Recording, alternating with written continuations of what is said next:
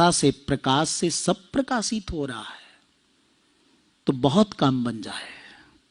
ये निर्णय हो जाए कि शरीर से भिन्न मैं हूं, तो भी बहुत बड़ी बात है। और अगर उसका थोड़ा से प्रकाश मिल जाए बापू की तरह, तो फिर वो जहाज के रूप में हो जाते हैं। करोड़ों लोग उसमें बैठ करके अपना आत्मकल्याण कर लेते हैं। एक बुद्ध भगवान का दीपक जला, अभी हम बर्मा गए थे, देखे वहां कितने लोग, ठीक है आहार व्यवहार अलग अलग हो सकता है, लेकिन उसको मानते हैं, वो है ना, इतने से उनका कल्याण है। और इसी मार्ग में आगे बढ़ते रहना चाहिए। तो बाली ने जब बहुत आक्षेप किए, तो राम जी से यहां तक कहता है कि आप मर्यादा पुरुषोत्तम हैं, धर्मज्ञ लोगों के बीच में, विद्वान लोगों के बीच में क्या उत्तर दोगे कि किस कारण मेरा वध किया। तो राम जी फिर मंद मंद धीरे धीरे मुस्कुराते हुए बोले, हे बंदर, सत्पुरुषों के, वृद्ध जनों के समीप बिना बैठे, धर्म की सूक्ष्मता का बिना ज्ञान पाए, चंचलता बस मेरे ऊपर आक्षेप कर रहा है, वो ठीक नहीं है। सुन, मैंने क्यों तेरा वध किया है और क्या धर्म है। सूक्ष्मम परम दुर्गेयम सताम धर्म प्लवंगम। हे बंदर, सत्पुरुषों का जो धर्म है ना, वो बड़ा सूक्ष्म है। और सूक्ष्म धर्म क्या है? आत्मा भेद शुभाशुभम। आत्मा ही व्यक्ति की, आत्मा के कई अर्थ होते हैं, शरीर भी, मन भी, बुद्धि भी, आत्मा भी। आत्मा यहां पर आत्मा के लिए है, जीवात्मा के लिए। आत्मा वेद शुभाशुभम। स्वयं व्यक्ति अपने को समझ सकता है कि मैं क्या शुभ कर रहा हूं, क्या अशुभ कर रहा हूं, क्या पुण्य कर रहा हूं, क्या पाप, मेरे अंदर क्या चल रहा है, ये पास में बैठा वाला भी नहीं जान सकता है। वो केवल स्वयं ही व्यक्ति जान सकता है कि मेरे अंदर क्या चल रहा है। मेरी आत्मा में कोई कष्ट नहीं है तेरा वध करके, और तू मन का आश्रय लेकर मेरे ऊपर आक्षेप लगा रहा है।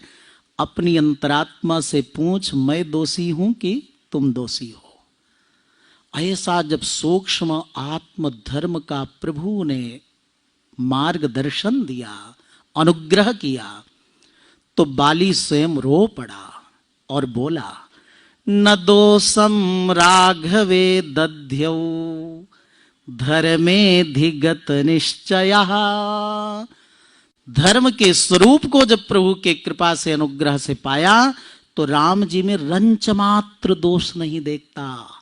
तो हम आप क्यों ऐसे व्यर्थ, अच्छा क्यों पीछे क्यों छिप कर मारा? अब उसके भी कई कारण हैं। जबकि बाली ये कहता है कि सुग्रीव तो स्वयं डरपोक है, वो क्या सहयोग करेगा, मुझे बताते, मैं रावण को पशु की तरह पकड़कर आपके चरणों में डाल देता।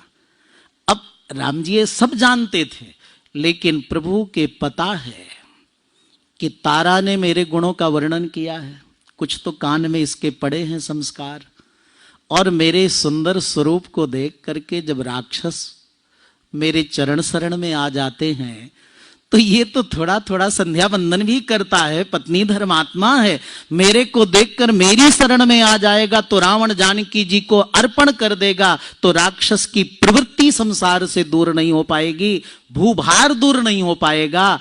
इसलिए जानकी जी पाना मेरा लक्ष्य नहीं है, बल्कि सारी धरा से इस राक्षसी प्रवृत्ति को दूर करना मेरा लक्ष्य है। इसलिए प्रभु ने छिप करके मारा, छिप करके मारा, न कि वो कोई वो गले में पहना था, वो मिथ्या हो जाती। तो और दूसरी बात ये भी है कि कोई बहुत बड़े महापुरुष के साथ में कोई चुनाव लड़ जाए, तो उसका भले 10 वोट मिले, लेकिन नाम तो हो ही जाता है।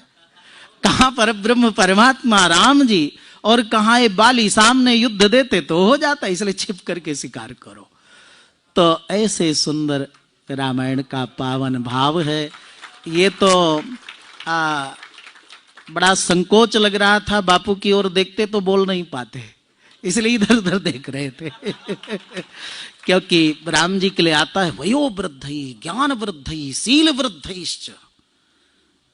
राम जी बड़े महत्वपूर्ण काम में रहते, बहुत एकांतिक कार्य में रहते, लेकिन कोई वृद्ध महापुरुष आ जाते, कोई सदाचारी महापुरुष आ जाते, कोई ज्ञानी महापुरुष आ जाते, कोई तपस्वी महापुरुष आ जाते, तो उनके लिए कोई रोक टोक नहीं थी, सीधे राम जी के पास आ जाते थे और उस कार्य को छोड़ करके राम जी उनका आदर करते थे, उनका सम्मान करते थे।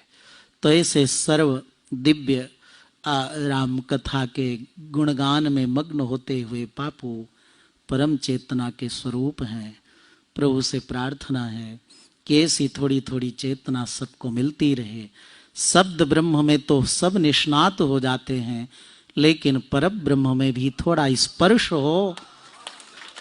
शब्द शास्त्र में सब प्रवीण होते हैं, लेकिन आत्मा में भी हम थोड़ा प्रवेश करें, निर्णय प्राप्त कर ले, वही बहुत बड़ी बात है। अपनी वाक पुष्पांजलि महर्षि वाल्मीकि के चरणों में अर्पण करते हैं, भगवान व्यास के चरणों में अर्पण करते हैं। सभी को नमन, पूज्य बापू को नमन।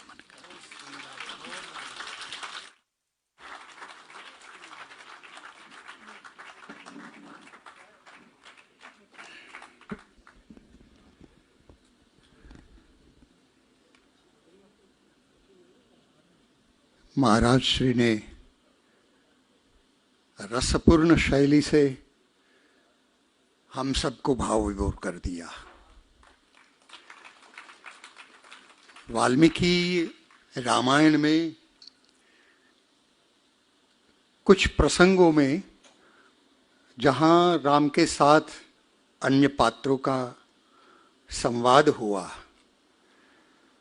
उस संवाद में से राम का व्यक्तित्व भुवन मोहन राम लोकाभिराम वो कैसे बना है, वो वाल्मीकि जी की लेखनी कैसी चली है। और वाल्मीकि जी तो उस समय थे राम के काल में, तो राम को उन्होंने कैसे देखा, बहुत रोचक पूर्ण शैली में महाराज जी आप सबने हम सबको आनंदित कर दिया है।